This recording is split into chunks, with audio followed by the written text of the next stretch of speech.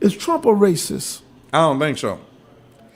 I've talked to a number of black entrepreneurs who back in the late 80s and 90s, early 90s, were trying to get financing. They couldn't. Somebody told them to go check with Donald Trump. So they come back and tell me they got a loan from Donald Trump. He gave them a term loan. Show up with the interest and the principal, one check. But they had to go see him personally. They independently relate this tale that when they saw him, he said, "This what you supposed to pay me? This our agreement?" I said, "Yeah." And then tore the check up, shook their hands, and congratulations. Now run your business. And this was when? This was back in the 90s. See, most people don't even know this. He had a sister. He was, every time you saw him back in the 90s, fine, paper bag, brown, beautiful black model. He likes fine women.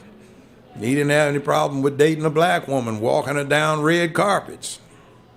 So, I mean, she says he's not a racist. He just doesn't like many people, black or white. And he appreciates people who do stuff within their lane. Well, not stay in their lane, but where they choose to be. If they do it well, he admires them. Black, white, brown, red, yellow. Most people don't know this. He was the finance man behind Jesse Jackson's 2 runs for president. Wow. So, he talks, but I don't mind somebody talking. I think we've gotten too sensitive to that. That's part of the effeminization of the country. I remember in junior high and high school, "Hey, man, I won't say nothing, man, but last night when I saw your mama, man, you don't know I was over there because you was asleep, man." But blah, blah, blah, blah. We ran to dozens. That was our sport. Mm-hmm. So we were used to talking about each other. Now, "Man, he talking about my mama, man." What's wrong with you? Mm-hmm. Do you think Trump will get reelected? I think he's going to get reelected. This impeachment mess we've got right now, there's a thing called the U.S. Constitution, and the Constitution says the president is the chief diplomatic officer of the United States. It puts no limits on his discretion. It simply says that if he comes up with any treaties, they have to be ratified by the Senate. If a treaty is ratified by the Senate, it becomes part of the supreme law of the land. The president and other elected and appointed officials are under oath required to follow the law of the land. The State Department, Secretary of State are part of his cabinet and are essentially advisors to the president. He's the boss. So what he does relative to Biden is simply what is allowed and mandated by the Constitution, specifically Article 1, Section 8, that says the president is charged with, quote, enforcing the law of nations. We have an Interpol treaty with various European states and also one specifically with the Ukraine that requires that we basically investigate, apprehend, prosecute, extradite criminal elements and criminality. Mm-hmm. So Biden out of his own mouth, and I've heard this tape twice, January this year, he says, 2019, he says, "I guess I broke some laws, extortion.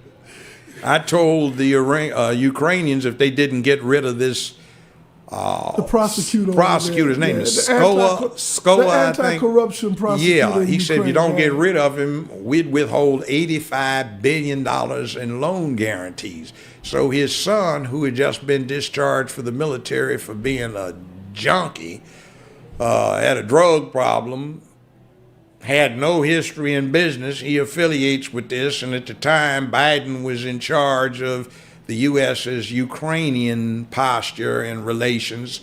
Obama had assigned him that. And by implication, he brought Obama into committing a crime in office, which is a felony. It's extortion. He committed one, extortion, by out of his own mouth. threatening to withhold 85 billion in loan guarantees if they didn't get rid of this prosecutor who was zeroing in on that corporation that his son had just been hired to represent after Biden Sr. had been assigned by the president the task of dealing with Ukrainian diplomacy. So son gets $18.5 million out of it, and he has no background other than a dishonorable discharge from the armed services for drug abuse. But one last question. Do you think black people are missing an opportunity with Trump? Oh, yeah. See, you've got somebody that is not a lifetime Republican. He's been a blue dog Democrat for most of his life. He usurped the Republican Party. So I think this thing I've been tweeting about, no benefit, no vote, ought to be the deal. We haven't gotten a damn thing out of the Democratic Party for a long time. And the last one, number 44, and the one before that, 43, Bush and Obama, well, there are pictures of Bush with his arm around 8-year-old Barack Obama because his stepdaddy, adopted daddy, Lolo Soetoro, had done a lifetime worth of business with the Bushes. Wow. Uncle George Herbert Walker, after whom George Herbert Walker Bush, Bush 1 president, was named, founded Halliburton in 1946 in Oklahoma. And Lolo Soetoro had been international executive vice president for Standard Oil. There was talk of him being a CIA asset. Well, yeah, Indonesia. see, he ran the death squads for the Indonesian army. On his own call, anyone could be assassinated. So when George Herbert Walker Bush became head of the CIA under the Ford administration, he just got with his old buddy in the oil business, Lolo Soetoro, and pulled off the hits. See,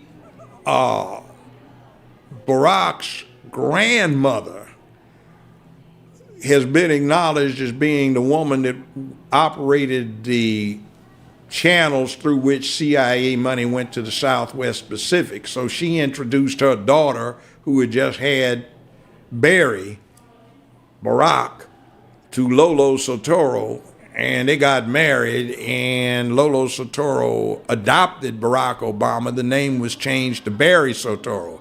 Now, when he went to high school in Hawaii, I know about that high school. I almost sent my oldest son to it. I could afford it, but I didn't think he deserved it. 20 years ago, the tuition was $95,000 a year, not including room and board.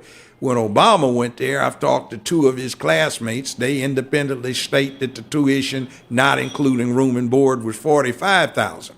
Now, Business Insider reports his income for 2017 at over $200 million net. That's after taxes, deductions, write-offs. For this last year, 2018, they reported it as $570+ million. And that's after all deductions, tax, right? Trump doesn't make that net. I mean, even some of the richest people in America don't make that. Why? Because when his stepdaddy died, he was one of the 10, 15 richest men on earth.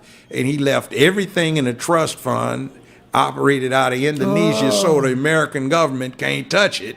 That makes Barack Obama 1/3 beneficiary for the assets of one of the 10, 15 richest men on earth.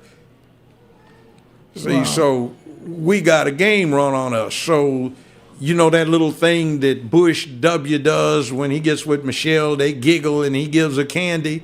The inside thing, is that supposed to be the same kind of candy he used to give to her husband when he was 6, 7, 8 years old? Oh, wow.